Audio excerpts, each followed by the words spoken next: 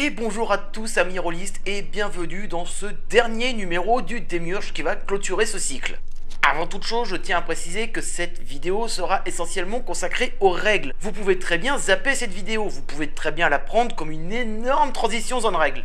La création de règles, c'est la partie la plus ardue dans la création d'un JDR, car elle doit reprendre toutes les parties de votre univers dans un ensemble cohérent qui puisse être simulé. Vous pouvez très bien vous dispenser de la création de règles et vous contenter de règles telles que celles proposées par Chaosium et le système Wushu. Même si j'avoue qu'elles ont fait leurs preuves, je trouve ces systèmes un petit peu limités.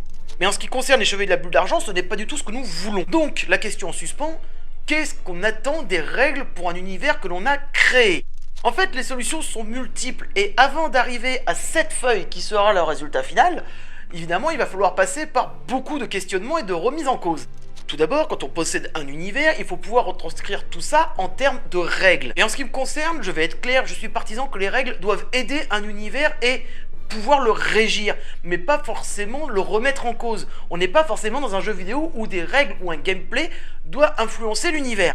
Nous allons effacer cette feuille de personnage et prendre une feuille de personnage vierge pour reprendre pas à pas à comment est-ce qu'on en est arrivé là. Pourquoi une feuille de personnage? Parce que c'est ce qui va plus facilement synthétiser une très grande partie des règles de l'univers pour pouvoir y jouer. Si on se pose un petit moment, on peut très bien cantonner les caractéristiques primaires, c'est-à-dire celles qui définissent le corps et l'âme d'un personnage, en 5 points, qui seraient l'intelligence, l'agilité, la constitution, la force, la sociabilité. Je suis pas spécialement fan de ces 5 caractéristiques, ou du moins sous cette forme-là. On pourrait très bien y ajouter une 6e comme la chance, parce que la chance peut très bien faire partie d'un attribut primordial. Parce que oui, qui dit caractéristique dit aussi compétence, et ces compétences doivent être liées à l'univers dans lequel vous évoluez. Dans le cas des Chevaliers de la Bulle d'Argent, on peut très bien éviter ce genre d'anachronisme qui serait mécanisme hydraulique ou je ne sais pas moi, physique nucléaire. Donc il faut quand même garder un ensemble cohérent. Et dans le cas des Chevaliers de la Bulle d'Argent, nous sommes dans un contexte historique du XIVe siècle et ce n'est pas tout le monde qui a accès à l'écriture et à la lecture. Donc il faudra faire un grand effort pour séparer l'inné de l'acquis. C'est très important.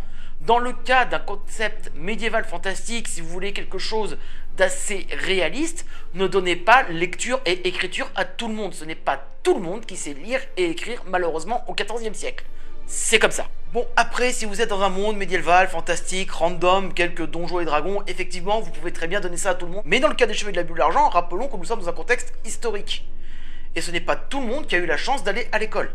Donc j'ai fait un tri dans les compétences disponibles et il se peut qu'il reste peut-être quelques petits anachronismes, ce ne sera pas quelque chose d'assez énorme, mais néanmoins j'essaierai de corriger ça dans une version définitive. Nous avons les caractéristiques et les compétences, il est temps de s'intéresser maintenant aux dons, du moins la magie. Je n'ai guère développé le système de magie parce qu'en fait il peut prendre de multiples formes. Que ça soit des sorts préétablis à apprendre la veille pour le lendemain, un petit peu comme la Donjons et Dragons, un système inné de sorts connu mais qui demande un certain point à l'activation, un peu comme Vampire la Mascarade avec les points de sang, ou un système narratif et plus ouvert à la Capharnaüm. Bon, il faut savoir que tous ces systèmes présentés ont leur avantage comme leur inconvénient. Et en ce qui me concerne, j'ai décidé de partir sur un système assez souple, d'un certain nombre de sorts innés qui ne sont plus à apprendre, ainsi que la possibilité de créer de nouveaux sorts en cas de besoin. J'ai décidé de garder le simple système de temps d'incantation pour un sort qui prendra plus ou moins de temps selon le sort, l'effet du sort, la durée du sort, l'ampleur du sort et j'en passe, pour justement garder une certaine mainmise du MJ sur l'intensité de l'action au moment où elle a lieu. Et effectivement, j'avais parlé d'une certaine corruption due au don. Ce genre de choses se retrouve très bien par exemple dans Star Wars avec les côtés obscurs de la force, les points d'âme noire dans Agon ou avec le Shaitan dans Capharnaüm. Chaque système a sa manière de retranscrire comment la corruption d'une personne peut avoir lieu. Et bien dans les Chevaliers de la Bulle d'Argent, cela ne dérogera pas à la règle et nous mettrons donc une petite jauge qui indiquera l'avancée de notre joueur sur la voie de la corruption. Alors oui, j'ai fait quelque chose de très simple, mais il faut pas oublier que les règles aussi se doivent d'être un minimum fluides. Parce que trop de règles peuvent tuer un jeu et ça peut être très vite handicapant. Qui dit effectivement corruption par le don, dit forcément malus, peut-être des don corrompu, nous dirons, mais ceci est une chose à travailler et que vous devez penser, parce que qui dit corruption dit pas forcément game over. Donc, comme vous pouvez le constater, la fiche de personnage prend peu à peu forme.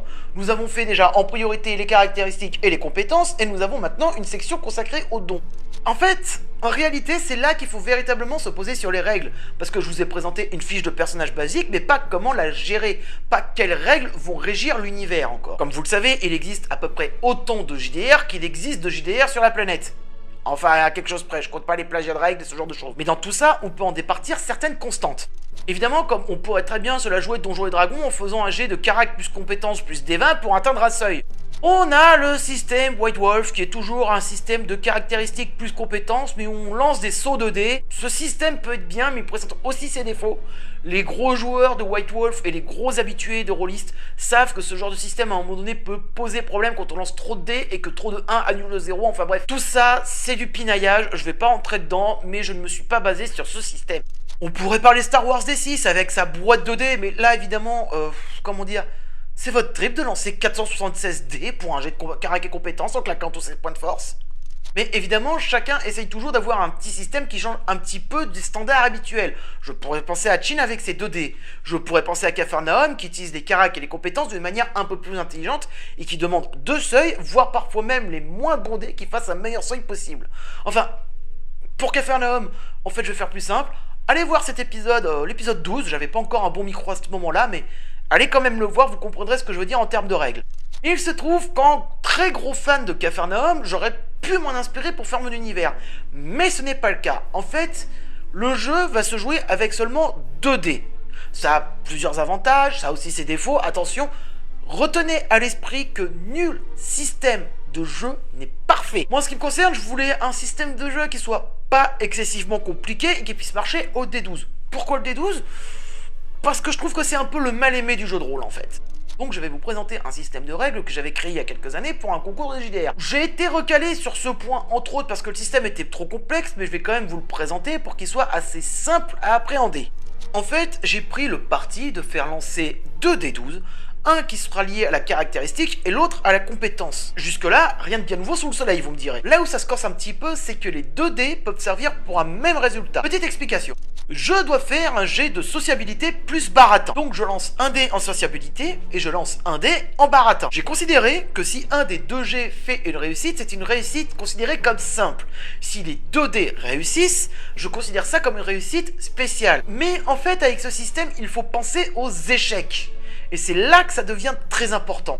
Nous avons soit le choix de rendre les échecs encore plus néfastes qu'ils ne l'est, ou nous avons la possibilité de demander à ce que des seuils de réussite soient un peu plus élevés, genre demander un peu plus de réussite spéciale, pour rendre les réussites simples comme des échecs. Mais néanmoins, il faut savoir que ce genre de procédé peut être utilisé que dans des moments bien précis et non pas en permanence. Cela peut très bien retranscrire une situation d'urgence, de stress, une situation critique du scénario et toute autre raison valable qui mériterait un jet de ce genre. Au final, ça donnerait un tableau comme celui-ci à peu près. Mais il va falloir passer à un point essentiel, la création de personnages. Parce que je vous ai expliqué comment fonctionnent les règles, mais comment on se crée un personnage ? Avec quoi on se base pour pouvoir comparer les échecs, les réussites et tout ce genre de trucs. Donc je rappelle le postulat de base, c'est quand même une idée de règle qui tourne sur 2 D12, qui se base sur carac et ou compétences. Il faut savoir que vous ferez forcément un premier jet des règles qui sera bateau, avec des coquilles, avec plein de choses sur lesquelles il faudra se corriger, donc n'hésitez pas à tester les règles une fois que vous avez un univers cohérent. Donc voici ce que j'ai décidé sur une échelle de 1 à 12 de comment les caractéristiques et les compétences doivent être interprétées en termes de jeu. Et comment répartir ces points?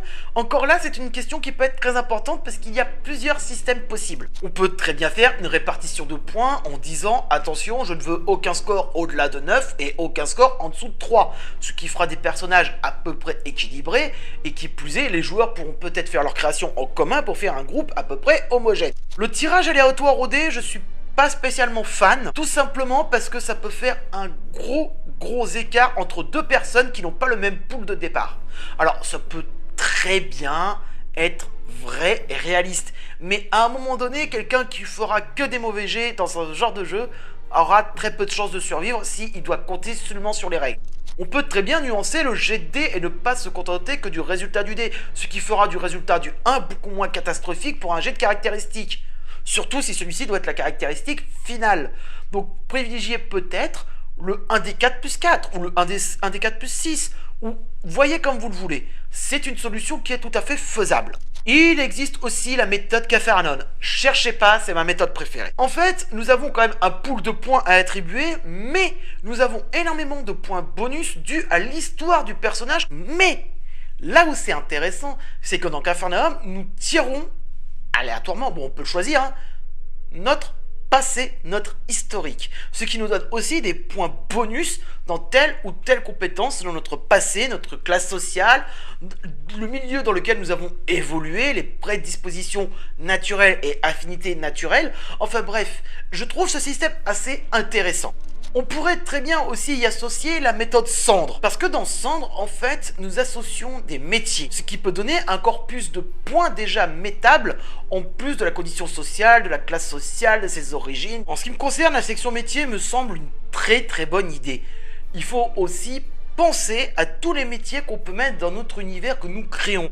Je veux dire, dans mon univers, je vais pas mettre un pirate spatial, contrebandier, pilleur de tombes et j'en passe. Comme à l'inverse, si vous faites un monde SF, ne mettez pas quelque chose qui serait équivalent à Ratier de Warhammer, mais pensez à tous les potentiels de métiers que vous mettez dans un univers, c'est très important. Mettons que notre cher chevalier soit né d'une condition sociale noble. Donc, du fait de sa condition sociale et de son éducation, il aura des points qui seront répartis à peu près comme ceci. Faisons de ce noble quelqu'un qui est issu d'une famille nombreuse et qui est dans les derniers dans l'ordre de succession de son père. Donc il a accès à l'éducation, il n'aura pas de succession possible immédiatement, sauf cas contraire, c'est-à-dire mort de tous les autres prétendants à la succession de son père, ou si lui est marié pour un arrangement politique. On peut concevoir donc qu'il a reçu une très bonne éducation, que c'est quelqu'un d'un minimum lettré et qui a quelques savoirs de cours. Ensuite, avec le temps, il faut voir dans tous les métiers qui sont disponibles, ou du moins les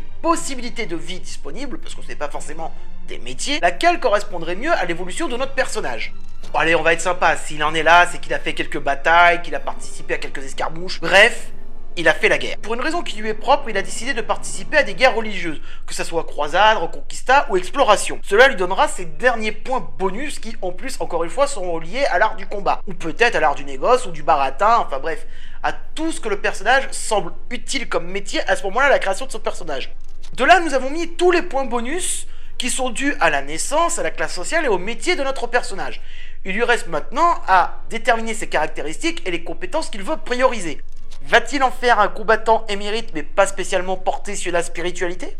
Ou on fera-t-il un noble qui sera capable de se défendre, certes, mais qui sera plus porté sur l'art de l'étiquette et la négociation, par exemple un riche marchand. Vous vous rendez compte que de deux histoires qui sont similaires avec la répartition des points, nous pouvons aboutir à deux persos diamétralement opposés. L'accès à la magie.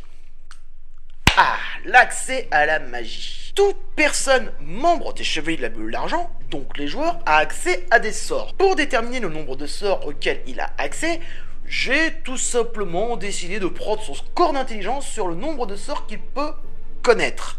Ensuite, la corruption due au don, on y arrive. Comment retranscrire ça en termes de règles ? En fait, quand un joueur rate un sort, il doit automatiquement lancer un D12 et faire strictement supérieur à son score de corruption. Sinon, il prend un point.